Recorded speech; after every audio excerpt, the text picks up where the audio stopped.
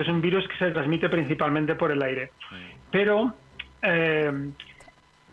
por los sistemas de ventilación en realidad no se piensa que sea una manera importante. Hay un detalle que es, se transmite muy bien hablando a corta distancia, ¿no? Eso sí. Porque el virus es como el humo, sale de las personas, no lo vemos, como imagínense el humo de un fumador, entonces no cae.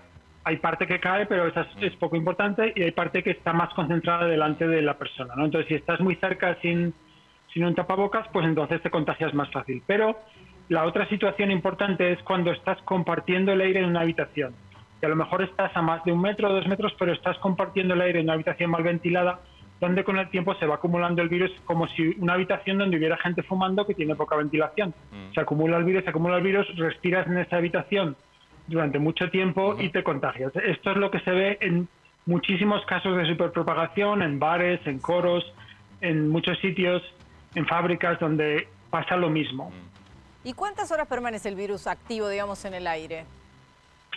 Se piensa que 1 o 2 horas. No es un virus muy resistente y va cayendo, lo que pasa que cae más deprisa en 1 hora o 2 horas y luego también se va desactivando. Entonces, por ejemplo, uno llega a las 9 de la mañana un día a trabajar y el virus del día anterior ya no está presente en el aire, ¿no? Es el virus que otra persona está respirando en ese mismo momento, a la vez que uno comparte el espacio. Eso es lo más peligroso. Cuando se refiere a falta de ventilación, obviamente estamos hablando de un local cerrado. Si tuviese un sistema, por ejemplo, de aire acondicionado, ¿qué implica eso? Bueno, depende de los sistemas, pero cuando decimos ventilación queremos decir cambio de aire, que el aire que está al interior sale al exterior y viene aire del interior. O, en su defecto, que el aire se filtra. El aire pasa por un filtro bueno donde las partículas que contienen el virus se quedan allá, ¿no?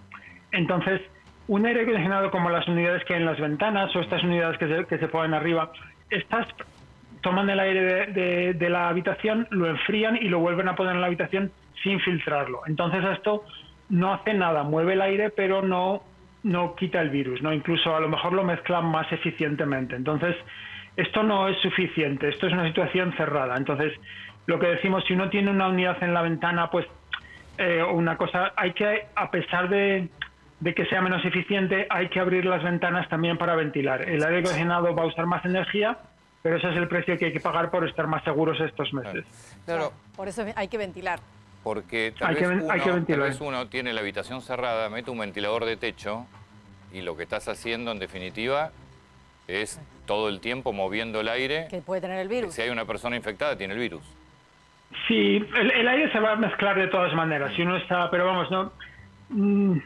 Es un poco, porque también mover el aire hace que se caiga al suelo un poco más rápido. Entonces, igual un ventilador ni ayuda ni desayuda, depende de la situación, ¿no? Pero lo importante, pero no es un ventilador, no es ventilar. Ventilar es abrir las ventanas o tener algún sistema que traiga. Y otra cosa importante, la gente a veces dice, hay que ventilar, pues voy a abrir la ventana 5 minutos. No, hay que tener las ventanas abiertas continuamente, porque tienes que imaginarte que hay alguien fumando que está poniendo virus todo el tiempo y el momento que cierres las ventanas se acumula y en 30 minutos te has contagiado, ¿no? Entonces hay que tener la ventilación permanentemente. Y en realidad lo que funciona mejor, lo que se ve mejor es hacerlo todo afuera. Todo lo que se puede hacer afuera, hacerlo afuera. El aire libre, Porque hay una base de datos con 1000 casos de superpropagación, donde uno contagia a 5, a 10, a 20. De esos hay 1 afuera. Cuando la gente en China estaban hablando muy cerca durante mucho tiempo. O sea, afuera es casi, uno lo tiene que intentar, uno tiene que ser imprudente, hablar sin el tapabocas, o como digo yo, sin tapabocas y narices, que es como se debería llamar. Por eso también en España se prohibió el tema de cuando no respetas la distancia, el fumar, porque le puedes tirar el aire al que está al lado, si estás contagiado o no. Sí, al fumar, o sea, el humo de por sí lo usamos como un símil, el humo no lleva el virus, que sepamos. Es simplemente que para fumar hay que bajarse el tapabocas y hay que respirar más fuerte. Entonces, eso sí tiene sentido en lugares públicos. Y después soplás, así que con el humo va todo. Ahora, sí, lo importante más allá del frío hay que abrir ventanas, ¿eh? Eso sí.